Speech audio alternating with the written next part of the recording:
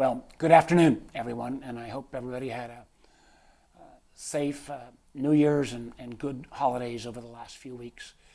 Appreciate you joining me because, boy, this is literally the New Year starting off with a bang, and I want to share with you some of my reflections and questions I've got about the president's efforts to extract Nicolas Maduro from Venezuela and his claim of now trying to run the country.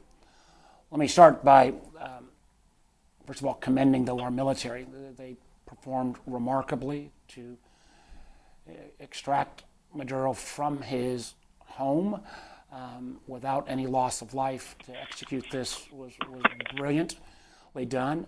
And let me also say at the front end, Maduro was a repressive leader, a bad guy. And candidly, we should have done much more, taken much greater action back in 2024 under President Biden, when the Venezuelan people spoke overwhelmingly and voted against Maduro, and he could have used that moment to really bring pressure to bear. But we are now where this action, which was taken without any congressional consultation, Secretary Rubio did try to contact me after the raid had started. We missed, but he did try to contact me. Really goes against the basic tenets of our system.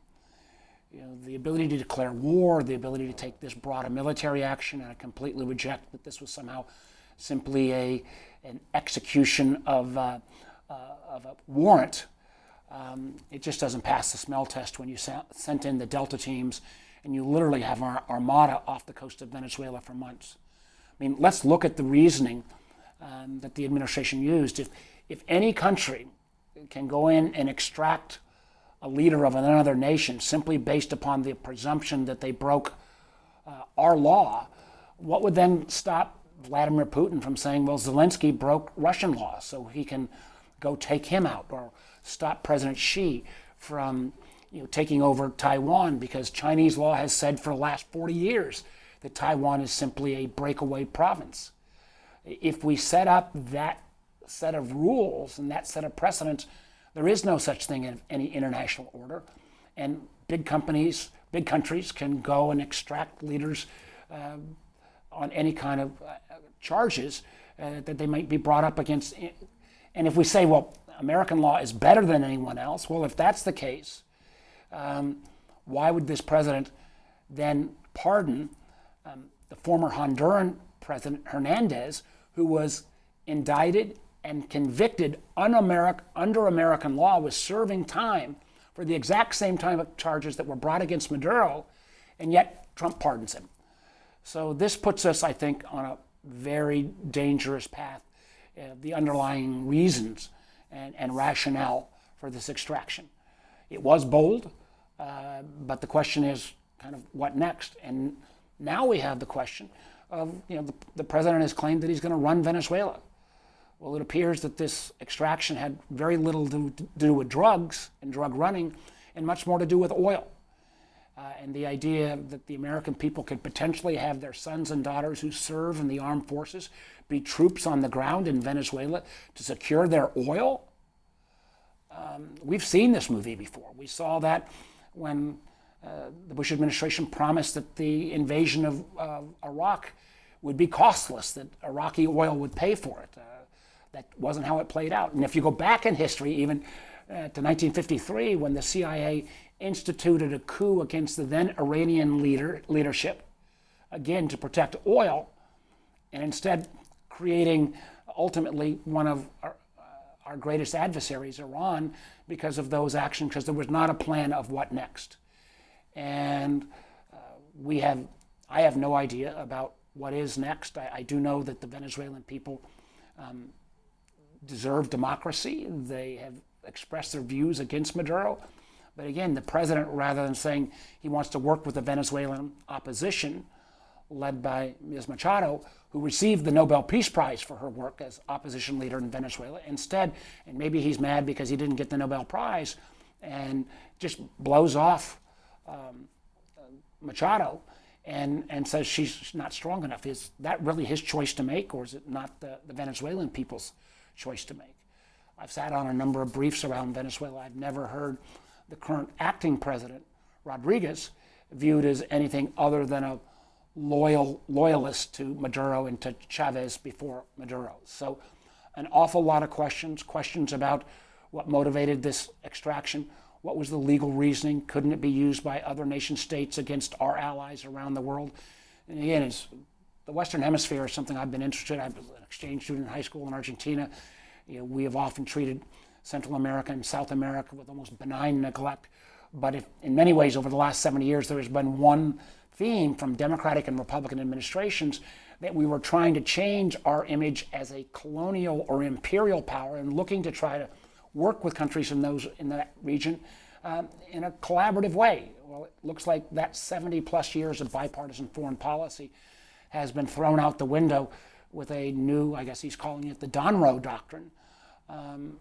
What does that mean in terms of how Central America and South America will view us? Will it unite them against us? Or this whole kind of 1950s notion of spheres of influence? Well, if we had the sphere of influence in the Western Hemisphere, does that mean China's okay to take any country it wants in East Asia? Does that mean that Russia can take and reconstitute the old Soviet Union against nations that are now democracies? Where do we head from here? This afternoon, I hope to start getting some of those answers when the Gang of Eight will be meeting with the Defense Secretary, the Secretary of State, and I believe the Attorney General and others. I've got a lot of questions need to get answered, particularly since so many Virginians are already in harm's way, since most of the armada that has been assembled off the coast of Venezuela actually is home ported in Norfolk. And I've got a lot of questions before we put those sailors and soldiers in harm's way, particularly if at the end of the day this is about trying to take Venezuelan oil and not about restoring democracy, or for that matter even breaking up some of the drug activity that's coming out of Venezuela. So lots of questions, and I'm sure you guys have got questions as well, so why don't I turn it over to Catherine and I'll start taking your questions. All right, folks, and just before we get into the questions, this is a reminder for everyone to please mute their microphones if they're not actively asking a question. The first person in our question queue is Tom with Fox 5.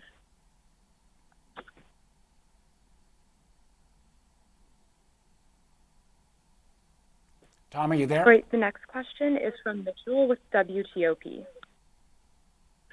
Hi, Senator. Thanks for joining us.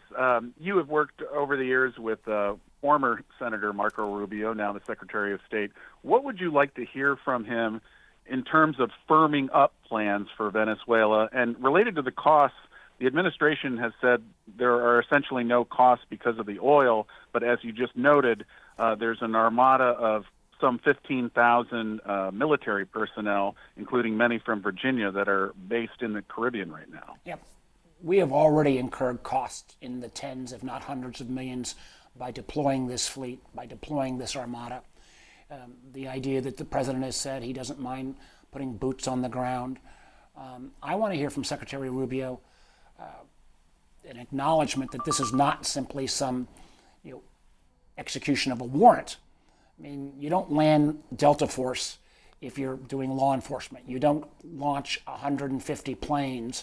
You don't put a 15,000 person armada off the coast of a country for months on end and potentially for months going forward. I want to know what the plan on the next steps will be. Our military, as we saw the other night, they executed brilliantly, but they've got to be led by a commander-in-chief that's got a real plan. And I don't see that real plan.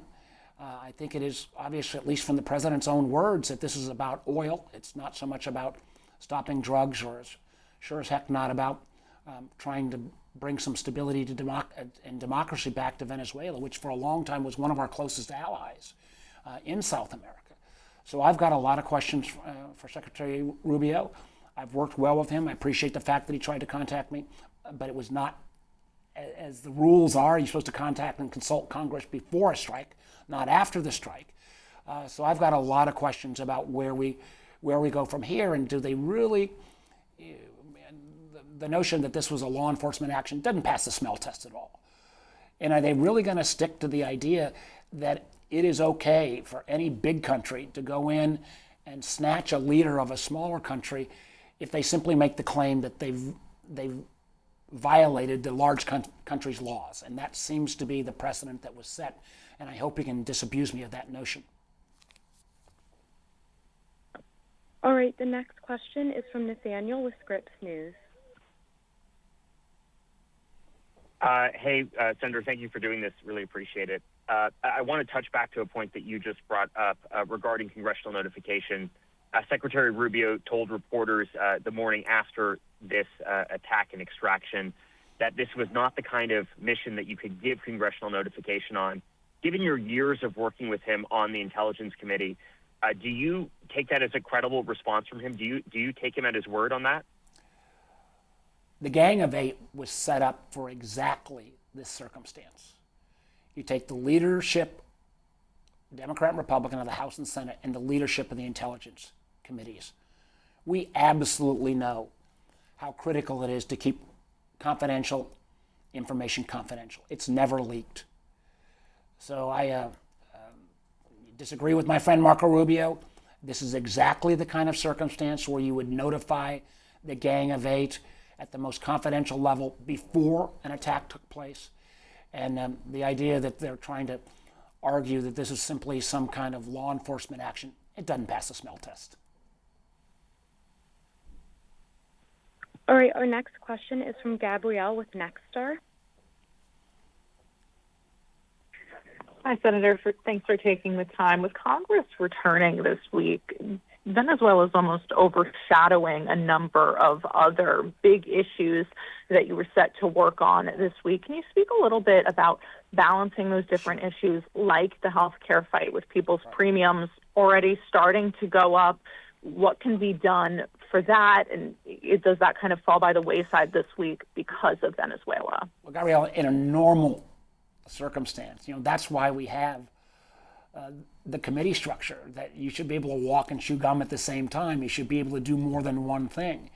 We clearly will vote on my friend Senator Tim Kaine's resolution, War Powers Act, about Venezuela. I will be voting for that resolution, and I'll be anxious to see so many of my Republican friends who'd been quietly issuing concerns about the buildup, about the strikes on the so-called drug boats. Will they find the courage to actually vote their convictions and what they've said privately? Time will tell. And then, yes, the fact that we've got close to 24 million Americans that have seen their healthcare costs skyrocket. And remember, healthcare costs going up, it's not just the folks who lose the tax credits under the ACA, but if you suddenly put 10, 15, 20 million more people into the uninsured basket, they will show up at the emergency room for the highest cost care, oftentimes where they can't pay the bill. That uncompensated care gets passed into the whole system, raising everybody's rates. So it'll be interesting. My Republican friends had plenty of chances to kind of extend the existing program. They chose not to. I think we've got to focus on that, and we've got to focus. I would think, the president and all of us ought to take a lesson from the elections, whether they be in New York, New Jersey, or anywhere around the country, but particularly here in Virginia. What people want is affordability. They don't want their health care costs going up. But if we think about affordability in Virginia, one of the crazy things the administration recently did by basically canceling all the wind projects, offshore wind, that project was running basically $10 to $11 billion. We've spent, the Dominion, using ratepayer money, have spent about $7 billion. It was going to power 400,000 homes. I've been supportive of this project, and again, I appreciate the fact that it's had broad bipartisan support. Was going to make Virginia a leader in wind power across the country. Well, by canceling that, if we can't get it reopened, you're going to have a bunch of sunk costs, and you're going to have utility rates go up. So we've got questions around international circumstance. We've got health care. We've got the affordability issues around utility rates. We've been working for some time. I've got a broad set of bipartisan bills around housing. We need more housing supply. And then, something that's not made a lot of attention, but I'm smack dab in the middle of, which is crypto legislation around market structure. So, this is going to test whether Congress can actually do its job, and that job will be made a heck of a lot easier if it can be done in a bipartisan fashion. Our next question is from Camila with WTKR. Hi, Senator. Thank you so much for meeting with everyone today. My question is, have you been in contact with any immigration groups at all? If so, who? And what kind of support or talks have you had with them? Well, Camille, we've been, working through the faith community, particularly with the Latino community, to say, hey, do you have resources? How do you make sure you know your rights? You know the process. I've obviously visited the detention center in Farmville and the detention center in Centerville, trying to improve conditions. I mean, I think we all agreed we needed to slow the flow at the border, but slowing the flow of people coming in at the border, which the president's been successful at, doesn't mean we all wanted to agree with literally hundreds of thousands or not literally hundreds of thousands, but with literally thousands and thousands of masked ICE agents picking up moms, dropping off kids at daycare, picking up dads going to work. Again, the hypocrisy here, Venezuelans were allowed into America under a program called TPS, Temporary Protective Status. It was granted a number of years back. Trump got rid of the TPS protection for Venezuelans. Now you've got this potential chaos, and if the chaos in Venezuela leads to more lawlessness, you could have more Venezuelans trying to leave Venezuela and heading either into other countries in South America or back up towards America. That doesn't help us either. So I know particularly all immigrant communities, but the Latino community in particular, has been under huge stress. We continue to try to help, particularly when we see, Americans being snatched.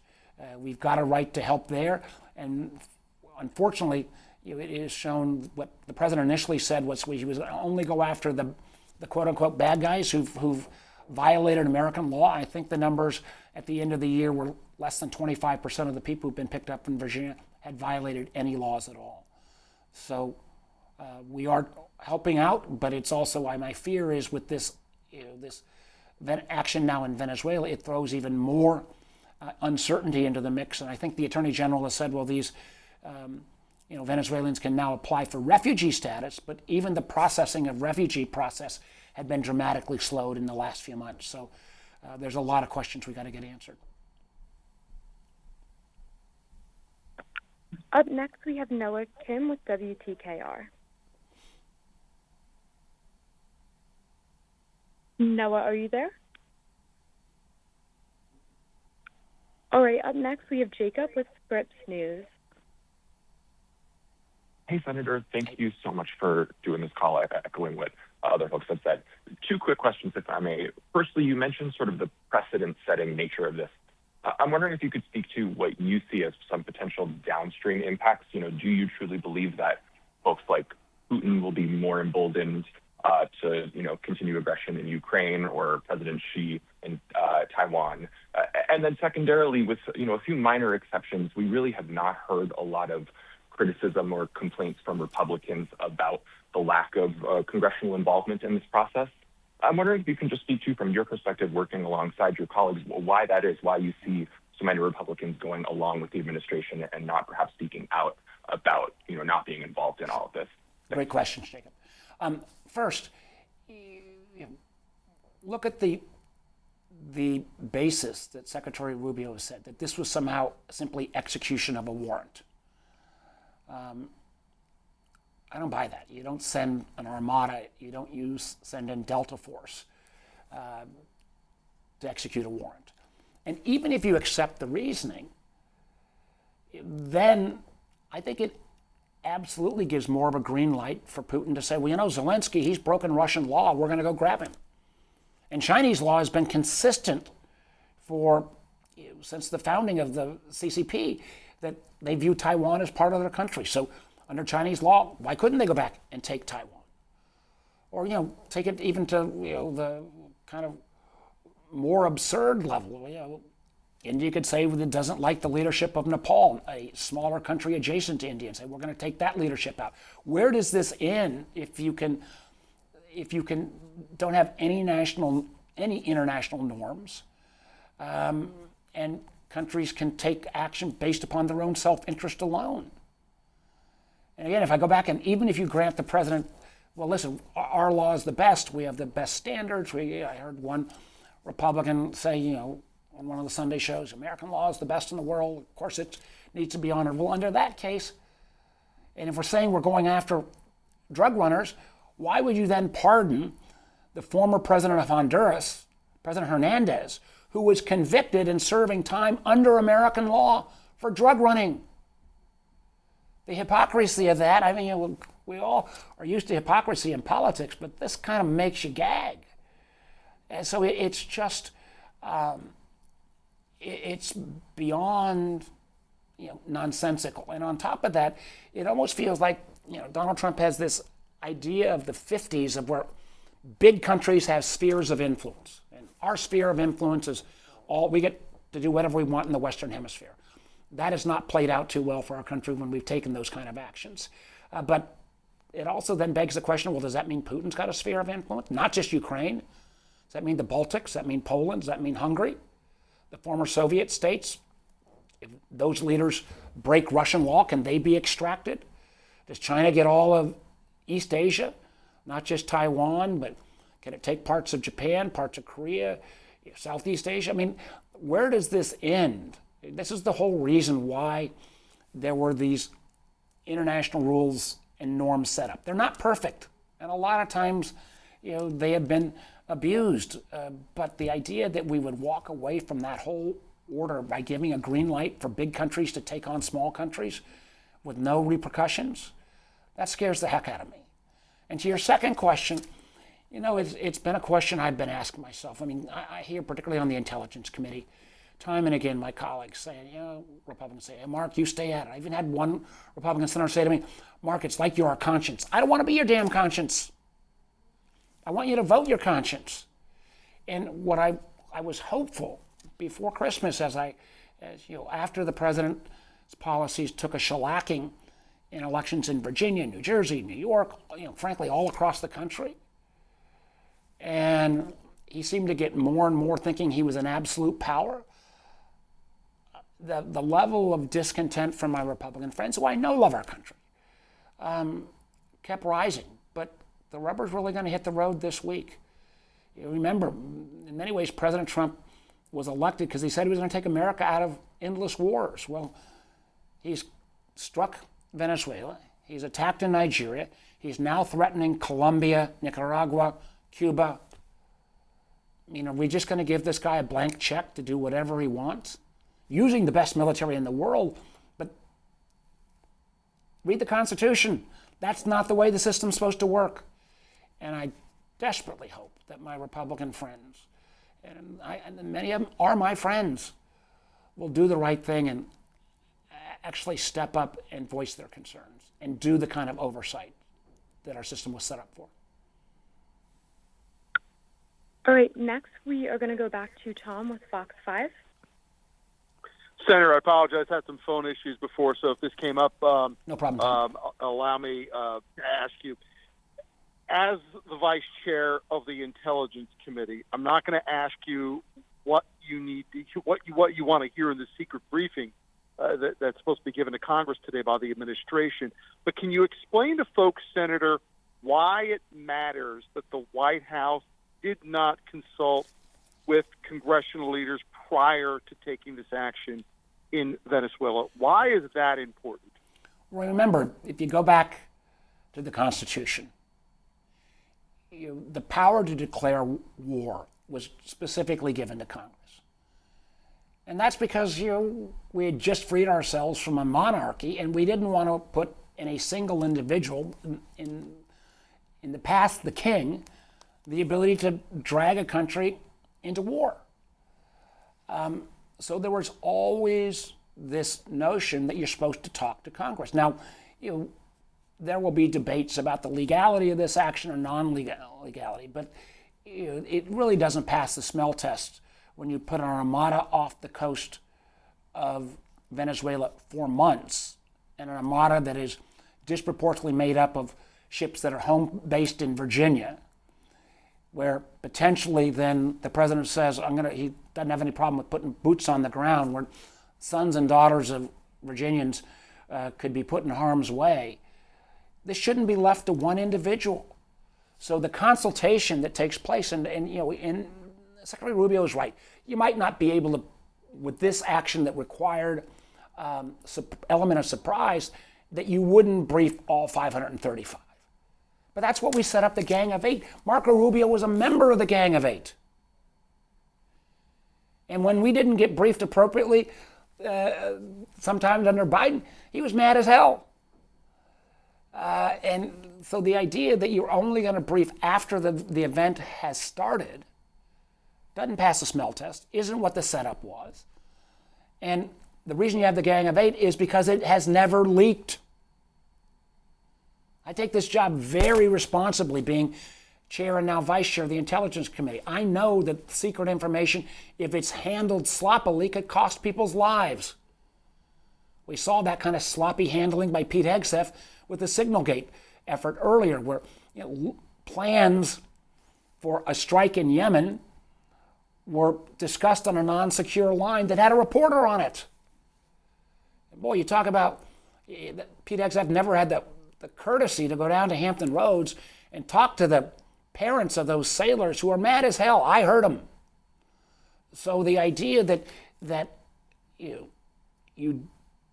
we treat secret information secretly, but the Gang of Eight is set up very exactly for this purpose.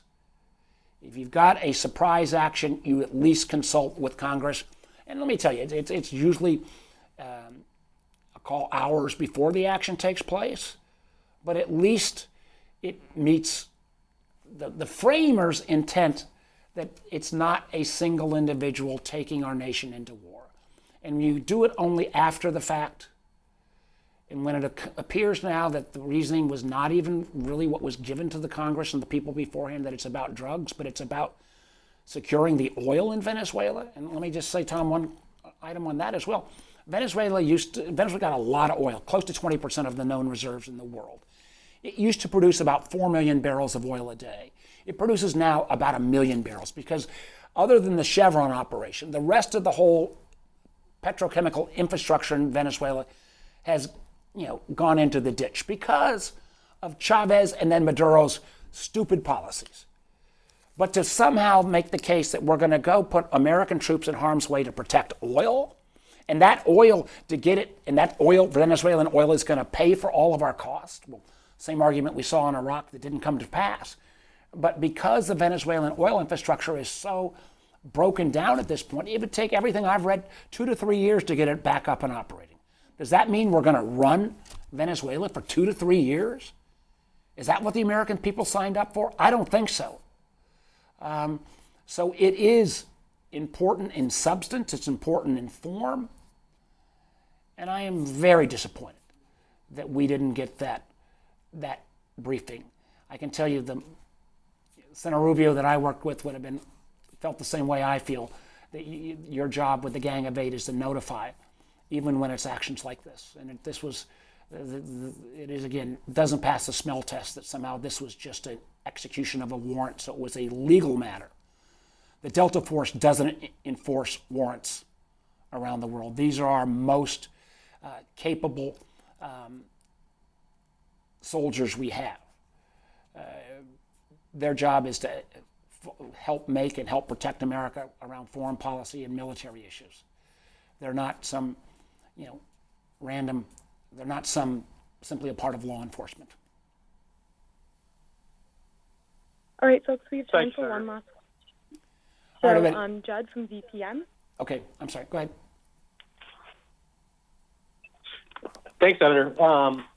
Just had a question. Given your concerns about congressional approval, the role of the U.S. military, and then the general strategic wisdom of this move, do you think Maduro should still be put on trial in the U.S., or is it wise for him to be sent back to Venezuela? No, I think now that he's out, he should be put on trial.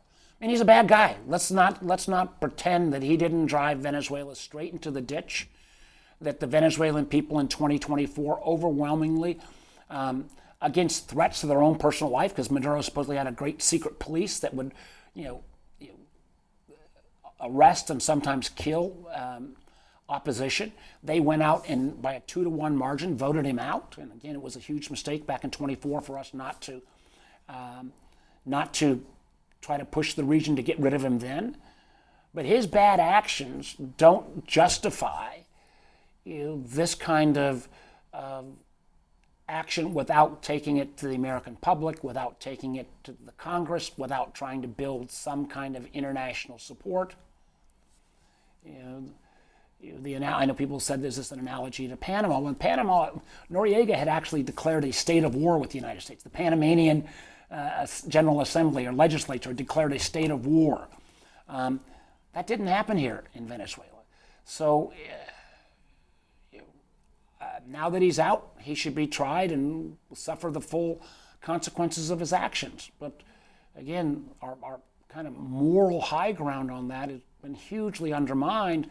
That when a similar Latin American president, President Hernandez of Honduras, went through, got convicted, was incarcerated, and the president, for what appears to be political reasons, decided to pardon him. How does that give us any moral standing in the world now with an equally bad guy, Maduro? All right, folks, that's all the time we have for today. Thank you for joining us. Thanks, everybody. I'm sure we'll be talking more about this. Take care.